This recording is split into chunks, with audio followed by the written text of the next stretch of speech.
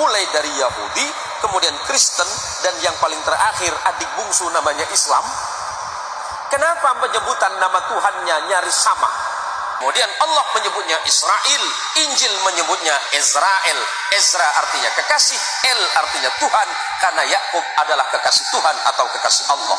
Yakub punya anak 12 orang bersaudara yang sering disebut sebagai Bani Israel.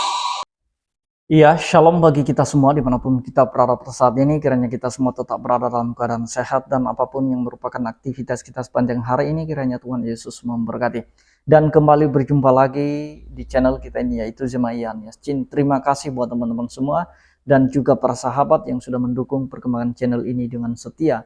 Dan kiranya kita tetap menggunakannya untuk menjadi berkat bagi semua orang. Nah teman-teman, pada video kali ini saya membagikan kepada kita semua apa yang menjadi pernyataan dari seorang ustadz, di mana dia menggambarkan tiga agama ini menjadi seperti kakak beradik katanya. Nah, di mana itu Yahudi, Kristen, dan Islam, dan di mana dia menggambarkan bahwa Islam itu sebagai adik bungsu atau seperti adik bungsu. Nah, jadi teman-teman, selain itu dia mengatakan bahwa Israel itu merupakan kesayangan Allah. Jadi itulah sebabnya orang Israel itu tidak perlu dikutuk dan tidak perlu dilawan, apalagi dianggap sebagai penjajah. Nah, karena bangsa Israel adalah bangsa yang diberkati Tuhan dan merupakan bangsa pilihan Tuhan. Sebelumnya mari kita simak videonya yang berikut ini. Nah, kenapa kemudian sekarang ada Yahudi, ada Kristen, ada Islam, dan ada yang lain? Ada tiga agama besar di dunia ini yang sering kita sebut kalau kita mengacu kepada tiga agama besar ini, mulai dari Yahudi, kemudian Kristen, dan yang paling terakhir adik bungsu namanya Islam. Kenapa penyebutan nama Tuhannya nyaris sama? Yahudi menyebutnya sebagai El, karena Ibrahim. Taurat menyebutnya Abraham, Injil menyebutnya Abraham, Quran menyebutnya Ibrahim. Ibrahim bukan bangsa Arab, jangan terkecoh. Ibrahim itu bukan bangsa Arab. Kalau Ibrahim itu bangsa Arab, berarti bangsa Yahudi juga Arab. Bukan. Ibrahim itu berasal dari Mesopotamia, yang kemudian sering kita sebut sebagai Irak hari ini, atau dulu sering kita sebut Babilonia. Ibrahim lahir di satu tanah yang bernama Ur Kaldania. Kemudian Ibrahim menyeberang ke Mesir, maka Ibrahim disebut dengan Abraham. Abraham di dalam bahasa bangsa-bangsa Nabi yang terdahulu artinya orang yang melintas. Apa yang dilintasi? Gurun. Ibrahim menikah dengan perempuan Mesir yang bernama Sarah, melahirkan anak laki-laki yang bernama Ishak.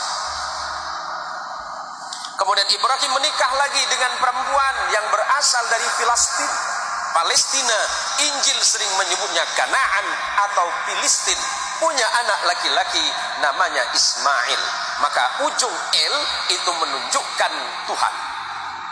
Kalau ada nama Daniel, Samuel, yang LLLL itu berarti Tuhan di dalam bahasa Ibrani. Kemudian anak keturunannya, saya singkat saja. Ibrahim punya anak namanya Ishak, menurunkan anak laki-laki namanya Jacob di dalam Injil. Quran menyebutnya Yakub. Kemudian Allah menyebutnya Israel, Injil menyebutnya Israel. Ezra artinya kekasih, El artinya Tuhan, karena Yakub adalah kekasih Tuhan atau kekasih Allah. Yakub punya anak 12 orang bersaudara yang sering disebut sebagai Bani Israel, karena anak keturunan Yakub. Yakub disebut Israel, anak Yakub disebut Bani Israel. Siapa? 12 orang. Yusuf bersaudara. Abangnya Yusuf bernama Lewi. Lewi punya anak namanya Imran. Imran punya anak namanya Moses. Dalam Injil, Quran menyebutnya Musa. Dan punya adik yang bernama Harun. Adik Lewi namanya Yahuda, yang kelak menjadi cikal bakal nama agama Yahudi. Yahuda punya keturunan terus, salah satunya bernama David. Di dalam Injil disebut sebagai the King of David. David punya anak namanya King of Salomo. Al-Quran menginformasikan sebagai Sulaiman. Sulaiman punya 2 orang anak yang kemudian tidak jadi nabi, tapi keturunannya ada yang bernama Imran. Imran menikah dengan Hana.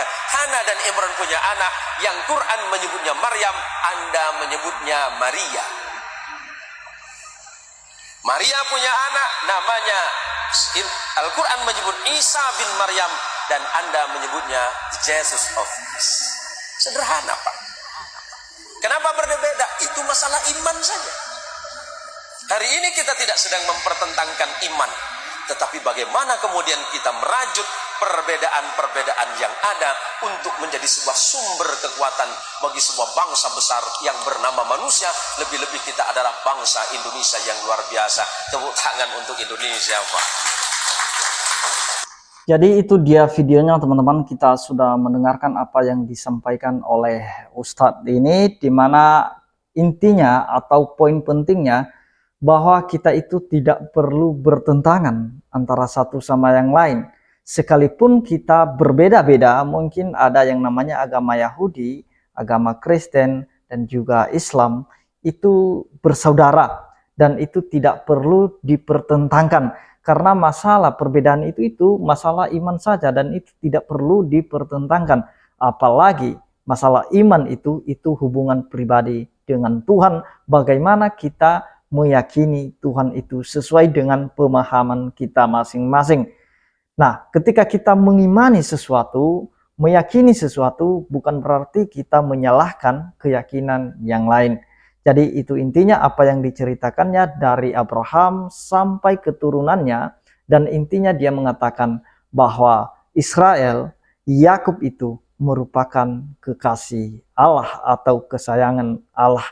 Jadi aneh kalau ada kelompok-kelompok tertentu yang mengutuk Israel, bahkan kalau ada oknum-oknum ustadz yang mengutuk Israel, karena Israel dianggap sebagai penjajah, karena ada masalah yang belum terselesaikan antara Palestina dengan Israel.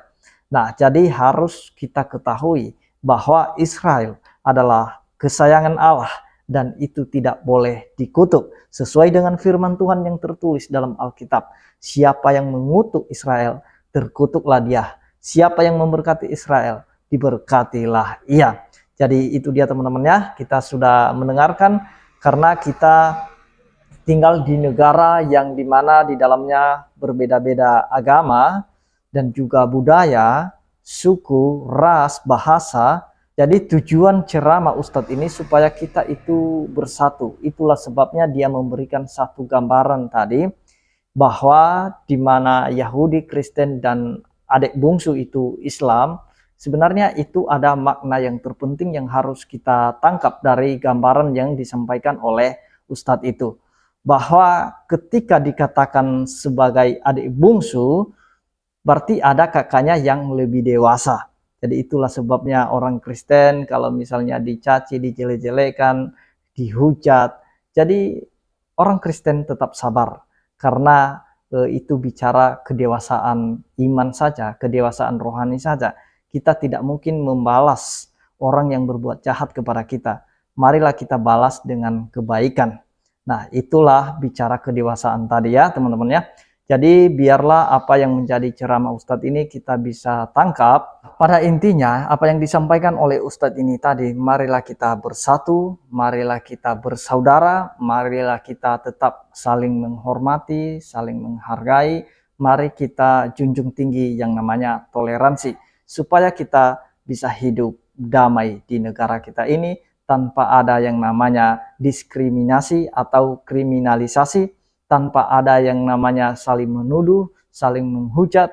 Mari kita hidup berdamai. Tidak ada yang namanya saling membenci, atau juga tidak ada dusta di antara kita. Supaya bangsa kita ini kita bisa bawa lebih maju lagi, lebih luar biasa lagi, lebih hebat lagi di mata dunia. Demikian yang saya sampaikan teman-teman, kiranya Tuhan Yesus memberkati kita semua. Shalom.